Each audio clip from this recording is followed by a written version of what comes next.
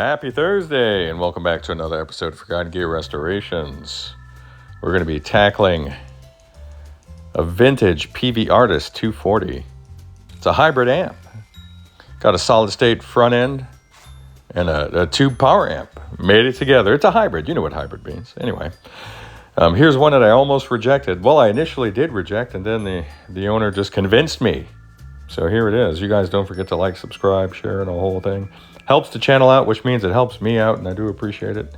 Thanks for being here, you guys. Hope you're having a lovely week. Bye. Mitch, and the rest of you goons and mutants out there, happy Thursday. Is it Thursday? God. I am sitting in front of a Peavey Artist 240. This one's from May or March of 1976. This is an amp that I have never had on a bench before. I am familiar with amps from this decade. And Mitch, you probably won't mind me telling everybody that I actually refused or initially turned you down on this amp because these are very labor-intensive amps because of the type of glue that Peavey were using on their electrolytic caps. That type of adhesive, I would say, maybe sometime in the mid-'80s had transitioned from the type that's in this, which is very epoxy-like, very resin-like, into the kind that you can kind of peel up with your fingers. But this stuff is very difficult to work with. You have to heat and scrape until it's taken care of. And then the amp in general was just in rough condition. And at the time, maybe I was overwhelmed. I'm not really sure, but I just said it's going to be too expensive. It's going to exceed the value of this amp on a used market for me to service this thing, and that's usually the line that I draw. And if you guys, I'll let you guys push me back, and that's what happened here. You said the magic words. You said this has huge sentimental value to me. You said when this was from back during the days when you had hair, is what you told me, and boy, I could empathize with that. So I just said, okay. This is a hybrid amp. It's got 4 6L6 GCs in the power section on a power amp, and then the front end is all transistorized. It's got 14 transistors in the preamp, and it's got two, I'm not sure what these are. But there's 2 other transistors. I don't know if it's for impedance matching over to the power amp, for like phase inversion or what have you, but it's in there. And these parts have all made it onto the obsolescence list.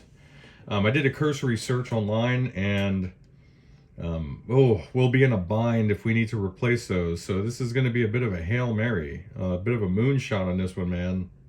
I'll be honest with you. So this one needs a new fuse holder, new power cord. I did change the power cord. I did a full cap job on all but the smallest electrolytics, which tested fine, at least in circuit, but the larger values were visibly leaking. And certainly something took out these beautiful old power tubes. Something took them out. And let me see if I can just kind of back it up. I'm going to dust these guys off, and you'll see. You'll see that I'll grab one of each kind that are in this amp, and there's 2 different types. When you see this, you'll say, dude, what a shame. And it truly is that these had to go. So we have an old General Electric. This is the kind you would see in the 60s Fenders, like literally. And the RCAs with this type of label, which you would kind of see in the early 70s. it's not really focusing on, but that's what you're looking at. You had 100 ohm screen grid resistors. I upped them to 1K because I need a little more margin. Why am I doing that? Do you know what the winding resistance is in this power transformer? I don't. But for older gear like this, and to be honest with you, you're not going to see a big voltage drop if you're just measuring things while it's idling. And even, you know what, 100 ohm resistors can develop a nice voltage drop across during playtime.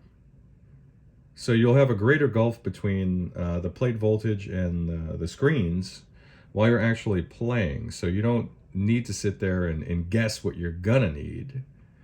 But I could say as a rule of thumb, anything between 470 to like 1.5K works really, really well. And if you go above that, then you're going to get a slight reduction in output along with more perceived compression. And if you know, then you know. It looks like, as I'm looking at this, some of these labels are kind of peeling up. I've never had good luck gluing these down because you can't really clean them, both surfaces. So sometimes the best you can do is peel it up and then paint these black. And that's sorry for my gnarled finger being in the shot there. And that's what you want to do sometimes. But that's about it for this one. I didn't have time to like sling you guys over my shoulder and have you do a ride along on this. But I kind of wish I did. This amp does have reverb on board, and this one in particular has a Rolla G12-100 Celestion, which is actually a good speaker for these, and in general. So let me haul the chassis over a bit, and then I'll show you that over here. You can see some deflection in the chassis right here. These are plastic, and man, you're lucky this didn't break on you. But I feel like if I go to straighten it out, and I'll be honest with you up front, I'm not gonna have much luck because all I have to work with are clamps. And this is a very thick gauge steel chassis.